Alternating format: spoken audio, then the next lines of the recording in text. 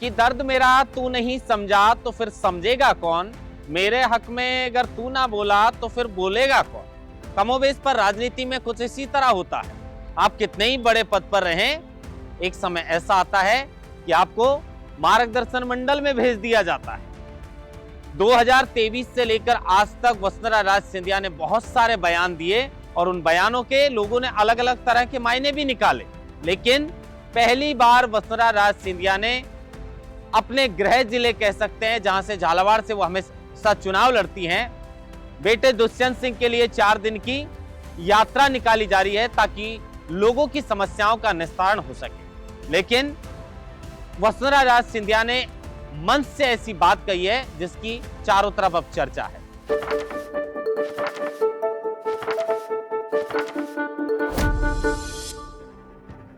वसुंधरा राज सिंधिया ने लोगों की समस्याओं के निस्तारण को लेकर कहा कि मैं खुद अपना नहीं बचा पाई, मेरा चला गया, मैं तुम्हारे लिए क्या कर सकती हूं।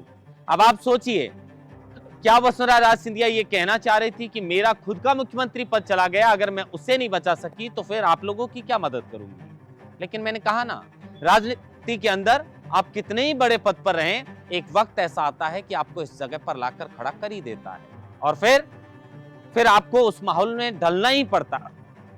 शायद वसुंधरा सिंधिया ने नहीं सोचा होगा 2023 के उस चुनाव के अंदर कि जब मैं 3 में राजस्थान की सत्ता में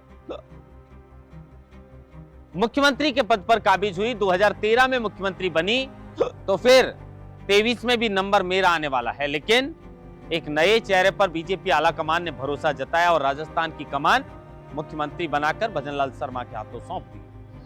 अब शायद वसुंधरा सिंधिया को भी इस बात का एहसास होने लगा है कि बीजेपी में फिर से लौटकर आने वाला कुछ होता नहीं है और सबसे ज्यादा चलती मोदी शाह की है, वो किसकी सुनेंगे। तो शायद महारानी अब ये मैसेज भी देना चाह रही हैं वसुंधरा सिंधिया भी कि मेरा पद चला गया, अगर मैं उस पद को नहीं बचा सकी तो मैं आप लोगों के लिए क्या कर सकती हूँ, आपके पद को कैसे बचा सकती हूँ।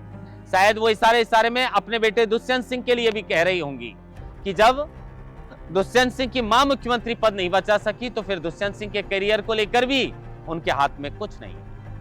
क्या लगता है, वसुंधरा सिंधिया अब ये मान चुकी है कि अब राजस्थान की राजनीति से मुख्यमंत्री पद से तो कम से कम हमेशा के लिए उनकी विदाई हो चुकी है। हो सकता है आने वाले समय में किसी प्रदेश का राज्यपाल बनाकर उन्हें संतुष्ट भी कर दिया जाए। कुछ लोग कह रहे हैं कि नहीं, उन्हें राज्यसभा भेजा जाएगा। राजनीति के अंदर इस तरह की चर्चाएं चलती रहती हैं, लेकिन कोई अगर राजस्थान में 10 वर्ष तक मुख्यमंत्री के पद पर रहा हो और फिर एक दशक के बाद उसका दर्द इस तरह छलक रहा हो कि ये कहना पड़ रहा हो कि मेरा चला गया, मैं उसको नहीं बचा पाई, जरा सुन लीजिए जाते जाते वसुंधरा सिंधिया को कि कैसे 3 वर्ष बाद वसुंधरा सिंधिया का दर्द अब फिर से छलकने पर लगा है और लग रहा है कि अब सब्र का बांध टूट चुका है। काम में सब छोटे मोटे काम होते रहेंगे। किसी का मकान नहीं मिल रहा है, किसी की पेंशन नहीं हो रही है, किसी का मुआवजा नहीं मिला है, उसको मिल गया मेरे को नहीं मिला, ये बात है। उसको क्यों मिला, मेरे को मिलना चाहिए था, ये भी बात है। ड्यूटी चली गई, लड़ाई हो गई, फिर चलता है, एक दुनिया है। सब चीज तो जान नहीं सकते, परंतु मुझे खुशी है कि हम लोग सब साथ मिलकर आपकी छोटी मोटी चीजों को सुलझाने की कोशिश करें। कल मेरे को कहते हैं, मैंने कहा मेरे साथ भी हो गया भैया, मैं नहीं कर सकती अपने आप के लिए, तुम्हारे लिए आपने किया अपने आप के लिए, तो हमारे तो गई भैया, मेरा चला गया, मैं अपने आप को नहीं बचा सकी। तुम कह रहे हो कि अब आप ठीक है, आप नहीं बचा दीजिए, कैसे बचाऊंगा। तो चलता रहता है, अपना घर है, अपना परिवार है, सब चलता रहेगा। पर आज इस प्यार के लिए आप सबको मेरा बहुत बहुत धन्यवाद। इसी तरीके से हमको मजबूती दो ताकि हम वो रोड, वो पानी, वो बिजली, वो सब चीजों के अंदर आपको रोजगार कर सकें। कल के रोड देखकर मुझे इतनी खुशी हुई। अब आपका मन नहीं है, अगर वो बीच का रास्ता में जुड़ा है, बचा है, चला जाएगा तो बचा है, छोटे ऐसे बचे। ये सब आपकी कभी प्लीज काम पड़ गए हैं।